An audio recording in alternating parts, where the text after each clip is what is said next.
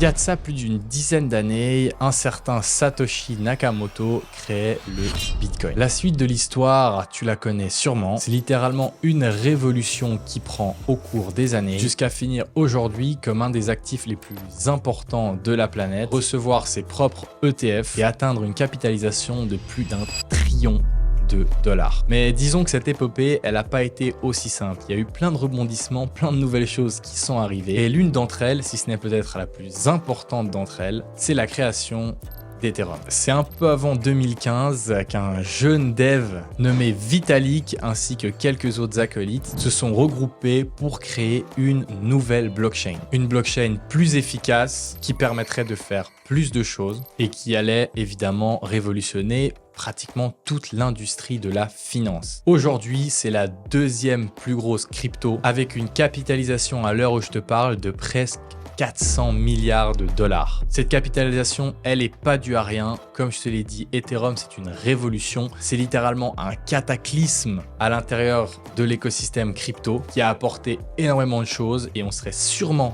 pas là en train de se parler aujourd'hui si elle n'avait pas été créée. Et dans cette vidéo, on va justement essayer de comprendre rapidement ce qu'est Ethereum. On va rentrer dans quelques statistiques pour voir si cette blockchain est toujours au goût du jour, si c'est vraiment l'Ethereum qu'on a connu dans les précédentes années. Et ensuite, je vais partager avec vous 3 cryptos de l'écosystème Ethereum qui, selon moi, ont un très gros potentiel pour la suite de ce bull run à venir. Évidemment, ces 3 cryptos que je vais te présenter, je pense qu'elles vont de toute façon très bien performer. Mais très dernièrement, on a eu une nouvelle assez incroyable qui est l'ETF Ethereum. Et d'après moi, c'est littéralement un énorme catalyseur qui va relancer l'écosystème Ethereum et qui va au passage très sûrement lancer une sorte d'alt season qui va carrément en faire profiter toutes les altes. Ethereum, comme je te l'ai dit, c'est la deuxième plus grosse crypto. Et elle est là grâce à 3 lettres, on pourrait dire. EVM. C'est l'acronyme de Ethereum Virtual Machine. Et c'est l'engin qui a permis de créer des smart contracts sur la blockchain. Un smart contract, je pense que tu as déjà entendu ce terme,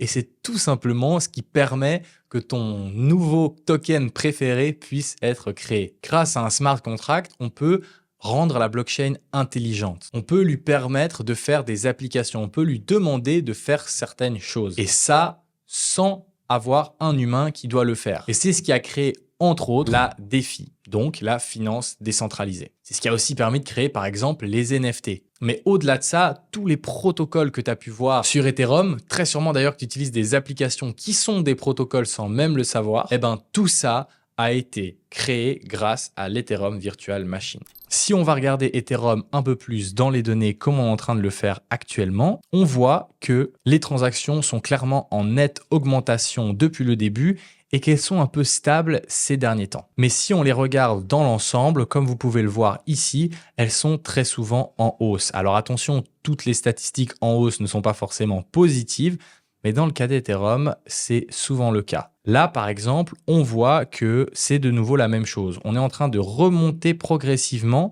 depuis fin 2023. Mais dans l'ensemble, c'est plutôt statique. Et d'après moi, ça s'explique plutôt facilement. Ethereum, malheureusement, est beaucoup trop cher. Chaque transaction qu'on veut faire, évidemment, elles ne sont pas gratuites car quelqu'un doit travailler pour la valider. Et sur la blockchain d'Ethereum, à force d'avoir de plus en plus d'utilisateurs, etc., et d'avoir surtout un prix par Ethereum qui monte, on s'est retrouvé à avoir des transactions qui ont des prix exorbitants. Mais même avec ça, d'après moi, ça reste une blockchain qui est extrêmement importante car une quantité phénoménale de protocoles d'applications que vous pouvez tous utiliser au quotidien sont sur Ethereum. De plus, dernièrement, il y a une petite chose qui a été créée et c'est ce qu'on appelle les Layer 2. Je vous expliquerai comment ça fonctionne après, mais c'est justement quelque chose qui va pouvoir régler ce problème de frais. Et lorsqu'on regarde Ethereum au dernier bull run, on voit qu'il est quand même passé d'environ 100-150 dollars à presque 5000 dollars. On est sur un x40, x50, c'est gigantesque. Alors évidemment, je te dis pas qu'Ethereum va faire la même chose dès que son ETF va arriver, mais ça donne une petite idée de la force derrière Ethereum. Et même si depuis le début de ce bull, Ethereum sous-performe, il y a de grandes chances que grâce à ces améliorations, à cet ETF, etc., on ait une reprise haussière. Et nous, évidemment, en tant qu'investisseurs, eh ben, on veut en profiter. C'est pour ça que je vais maintenant vous présenter 3 cryptos de l'écosystème Ethereum qui, selon moi, ont un énorme potentiel.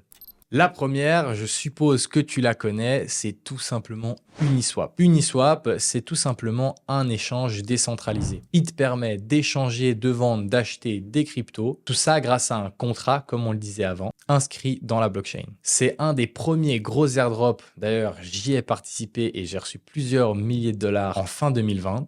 Et qui a par la suite littéralement explosé. Au dernier bull run, on parle d'un x23. Et si on regarde aujourd'hui, c'est toujours le DEX principal. En termes de transactions qui sont effectuées sur les DEX sur Ethereum, Uniswap V2 et V3 totalisent ensemble plus de 98% des parts. Bref, on n'utilise pratiquement que ça. Et ça, c'est justement très bon signe pour la suite du token. Car si le projet est toujours autant utilisé, forcément le token suivra. Ils font énormément de revenus tous les jours. Et d'après moi, c'est un des paris les plus safe qu'on peut faire durant ce bull run, tout en ayant un beau potentiel. Car rien que pour revenir à son plus haut historique, Uniswap devrait faire presque 1x6. Et je suis convaincu qu'il ira bien plus haut durant ce bull run. Car c'est entre guillemets logique, si Ethereum explose et fait un plus haut historique, ce qui a de grandes chances d'arriver dans les prochains mois, Uniswap devrait logiquement suivre et faire également un plus haut historique. Pour l'instant, il n'y a pas tellement un concurrent qui peut vraiment rivaliser avec Uniswap. On a eu SushiSwap il y a quelques temps,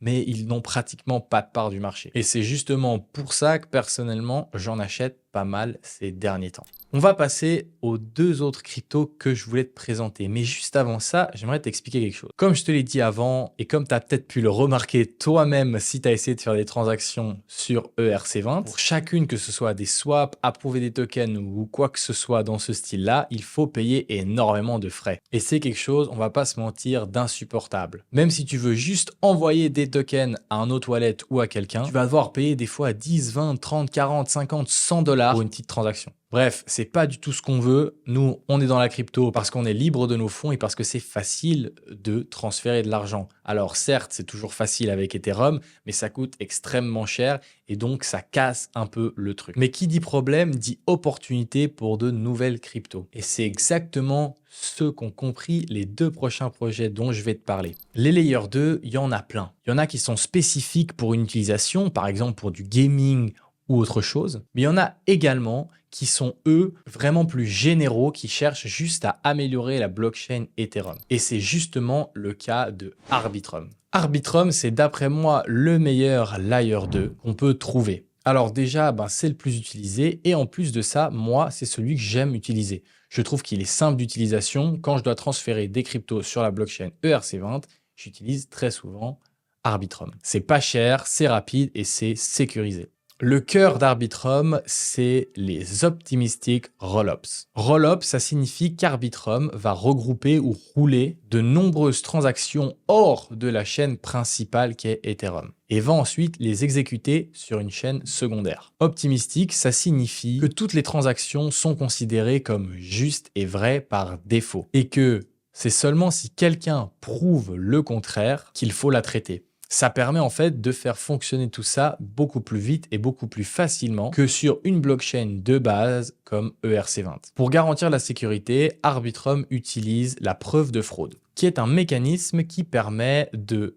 détecter les transactions douteuses. Car vous imaginez bien, on est dans la crypto, pas dans un monde de bisounours, et il y a toujours des gens qui essayent justement de tricher pour se faire de l'argent. Pour ce faire, Arbitrum a mis en place un système qui pousse les validateurs à soumettre une preuve s'ils trouvent que la transaction est suspecte. Si ensuite la transaction est approuvée comme suspecte, elle sera bien évidemment pas acceptée et celui qui a soumis la preuve se verra récompensé. Ce qui permet d'inciter les validateurs des transactions à bien regarder et toujours faire attention. Et si on regarde ça un peu plus dans l'ensemble, ça permet de faire que la blockchain fonctionne beaucoup plus rapidement et à moindre coût. Car il n'a pas besoin de vérifier chacune des transactions pour voir si elle est juste, part du point qu'elles sont justes, mais il y aura quand même, si quelque chose est trouvé, quelqu'un qui sera motivé par une récompense pour la soumettre et l'annuler. Évidemment, Arbitrum est totalement compatible avec tous les smart contracts d'Ethereum, ce qui la rend compatible avec ERC20, son objectif principal. C'est pour ça qu'on l'appelle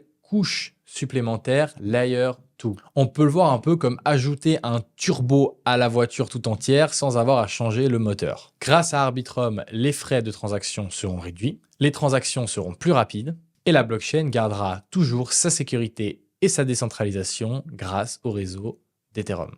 Pour moi, Arbitrum a un très gros potentiel, j'en ai un peu dans mon wallet et je pense que dans les prochains mois, il va littéralement exploser pour aller chercher de nouveaux all-time high. La deuxième crypto dont je voulais te parler, c'est le STRK de Starknet. C'est également un layer 2 d'Ethereum, mais qui est lui un peu plus jeune et qui fonctionne bien différemment. La technologie derrière Starknet, c'est les ZK Rollups. Rollup, de nouveau comme avant, ça signifie que Starknet regroupe de nombreuses transactions hors de la chaîne principale d'Ethereum et les traite sur une chaîne secondaire. Et ZK, qui veut dire zéro knowledge, donc zéro connaissance en français, signifie que les transactions elles peuvent être validées et donc faire fonctionner le réseau sans pour autant avoir besoin de révéler, de vérifier toutes les informations. Et en plus de ça, ça permet de maintenir plus de confidentialité tout en continuant de faire fonctionner le réseau avec de la sécurité, de la rapidité et à moindre frais. Starknet utilise également une technologie de preuve avancée appelée les Starks. Les Starks, en fait, pour vous la faire simple, ils permettent de prouver que les transactions sont valides sans forcément divulguer tous les détails sous-jacents. Et en fait, tout ça, ça se fait de manière extrêmement efficace et évolutive, ce qui permet de traiter un grand nombre de transactions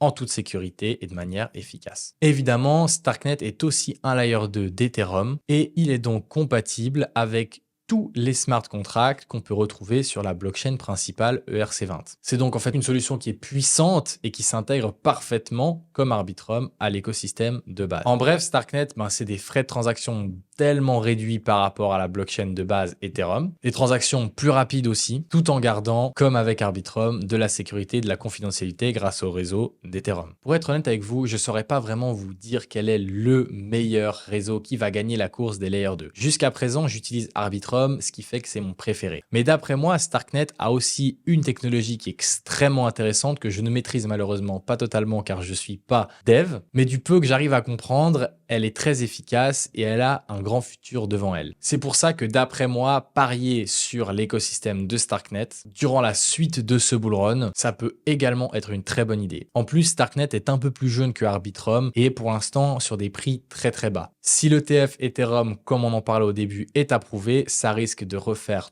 tout péter dans cet écosystème et je pense que Starknet sera aussi avec Arbitrum un des grands gagnants. Est-ce qu'il va dépasser Arbitrum? On ne sait pas. Si c'est le cas, ça ferait un multiple gigantesque pour ce projet. Mais d'après moi, la meilleure stratégie est d'en acheter un peu des deux. Alors évidemment, comme d'habitude, j'ai pas de boule magique, c'est pas un conseil en investissement, donc je peux pas être sûr que ces deux Layer 2 vont très bien performer dans la suite du bull run, mais d'après moi, c'est deux projets qui ont de grandes chances de le faire. Et personnellement, j'en hold dans mes wallets. Voilà, j'espère que cette vidéo, elle vous a plu. N'oubliez pas que j'ai un Telegram qui est gratuit où je partage aussi des vidéos comme ça, des informations un peu plus en direct, plus rapidement, avec aussi quelques alphas ici et là. Donc si ça vous intéresse et que vous aimez mon contenu, n'hésitez pas à le rejoindre. Sinon, c'était tout pour aujourd'hui. J'espère qu'elle vous a plu. Si c'est le cas, n'hésitez pas à liker, à vous abonner, à commenter. Et moi, je vous revois dans la prochaine vidéo. C'était Arthur. Ciao.